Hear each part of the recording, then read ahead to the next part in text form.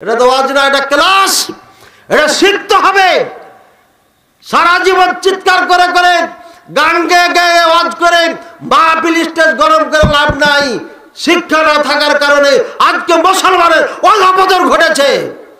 আজকে কালকের আপনারা তো সবাই হাত উঠান নাই, বোঝা যাচ্ছে আপনাদের ইমান স্পৃহা একদম জিরোতে চলে গেছে।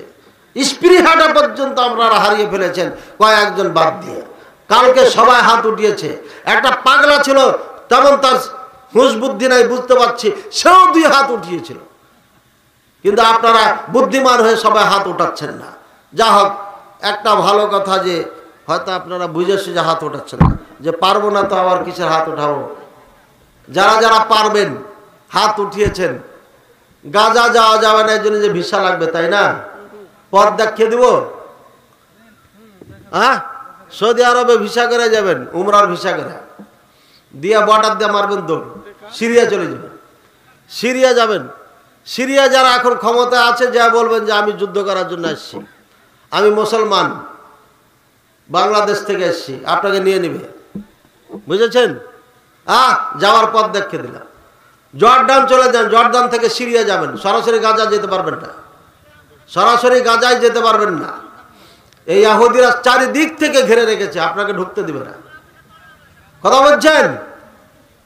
চাইল্ড ডাউল যারা নিয়ে যাচ্ছে সবাই ঢুকতে পারে না। এই জন্য দেখবেন যে টাকা দিচ্ছে, খাবার দিচ্ছে, একদম ভিআইপি জায়গাতে দিচ্ছে, ভাঙ্গা ঘর দেখাতে পারে না। আপনার থেকে টাকা নিয়ে দিচ্ছে না অনেক ভাই, টাকা যে দিচ্ছে, খাবার দিচ্ছে, ভিআইপি জায়গাতে দিচ্ছে, ওই ভাঙ্গা ঘরে ওখানে পৌঁছতে পারে নাই। আল্লাহ জানে টাকা দিবে না মিশরে বাড়ি বানাবে, আল্লাহ ভালো জানে। কাজে সব জায়গায় টাকা দেওয়া যাবে না।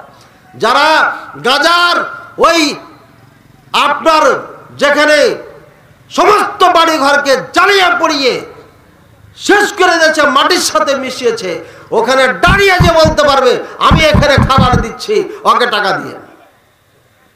কথা বলছেন?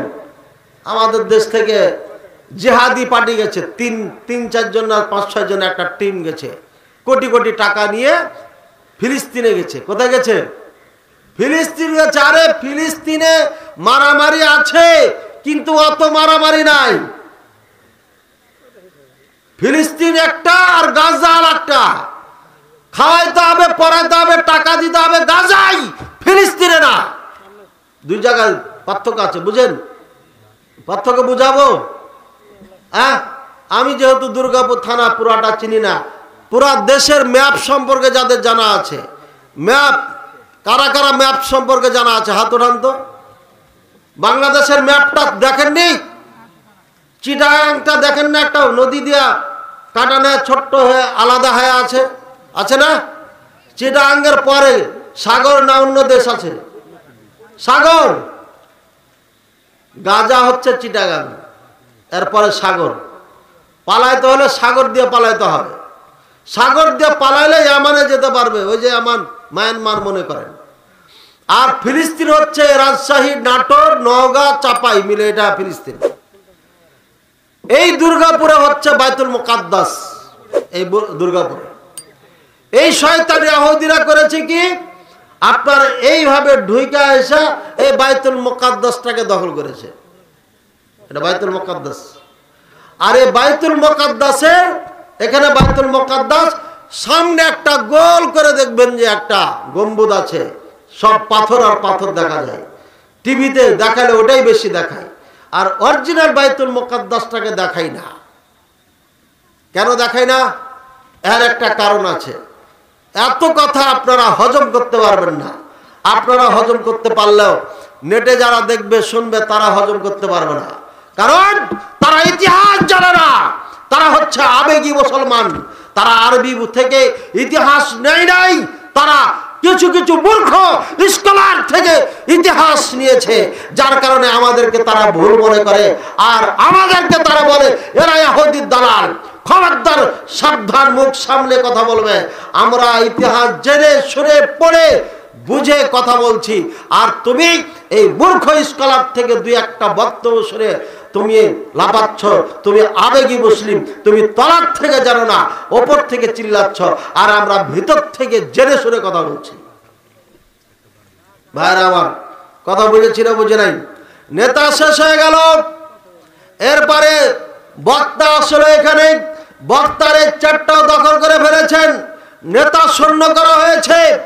এরপরে ধীরে ধীরে ধীরে নেতা শূন্য যখন হয়ে যায়, উমাবিয়া শেষ হয়ে যায়, আব্বাসিয়ার যুগ শেষ হয়ে যায়, এরপরে চলে আসে শিয়াদের দাপট।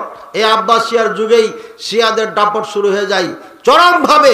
আস্তে আস্তে এই নামে মুসলমান শিয়ারা আপনার এই ভারত উপমহাদেশকে 800 বছর রাজত্ব করেছে।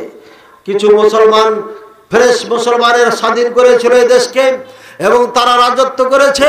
পরবর্তীতে এই ইরানিরা মুঘল সম্রাট যেটাকে বলা হয়, এই মুঘল সম্রাট হচ্ছে শিয়া, এরা এই ভারতবর্ষে রাজত্ব করে। এবং মুর্শিদাবাদ গেলে পারে এখনো হুসাইনিয়া নামে সাদা বিল্ডিং, একটা বিশাল বিল্ডিং আছে, শুধু 10 মুহররমেও ওপেন করা হয় দেখার জন্য। এখানে জেলে দেখতে পাবেন শিয়াদের রাজত্ব এখানে ছিল। ভাইয়ের আমার, এ হচ্ছে শিয়া। এই শিয়ারা মুসলমানদেরকে যুগ যুগ থেকে হত্যা করে যাচ্ছে, নির্যাতন করে যাচ্ছে, একের পর এক করতে করতে করতে ফিলিস্তিন আজকে হারিয়ে দিয়ে সামান্য এই রাজশাহীর মতো একটা ডিস্ট্রিক্ট নিয়ে ফিলিস্তিন বসে আছে। আর ওই গাজা 23 লক্ষ ওখানে মানুষ আছে, অধিকাংশ শিয়া আছে, বেশিরভাগই শিয়া আছে, সামান্য কিছু সুন্নি মুসলিম আছে। ওইখানেই গন্ডগোলটা চরমভাবে চলছে। সৌদি আরব সহ গোটা বিশ্বে যে স্বীকৃতি দিচ্ছে ফিলিস্তিন রাষ্ট্র হিসাবে, সেটা ফিলিস্তিনকে দিচ্ছে, গাজা না। গাজা একটা ছিন্ন ভিন্ন একটা জায়গা, এখানে তাদেরকে উন্মুক্ত একটা জেলখানা বানিয়ে ইহুদিরা তাদেরকে ঘিরে রেখেছে, কোনো রাস্তা নাই যাওয়ার। বুঝেছি না বুঝে নাই? এটা ফিলিস্তিনের ম্যাপের কথা বললাম, কিভাবে দখল করেছে। আপনারা নেটে সার্চ দিবেন তাহলে পারে পেয়ে যাবেন, বাংলাতে সার্চ দিবেন তাহলে পেয়ে যাবেন। বাংলায় ট্রাই করে দেখেন, আমি বাংলায় দেখি নাই, আরবিতে দেখেছি। এবার দেখেন, এরপরে এই কিয়ামতের আগে আগে যারা বেওকুফ মার্কা লোক তারা নেতৃত্ব দিবে। দেখেন, ইউক্রেন আর রাশিয়া যুদ্ধ শুরু হয়েছে কিসের কারণে? বেওকুফের কারণে। ইউক্রেনের বাদশা যিনি, তিনি একজন কমেডিয়ান। কমেডিয়ান মানে বুঝেন?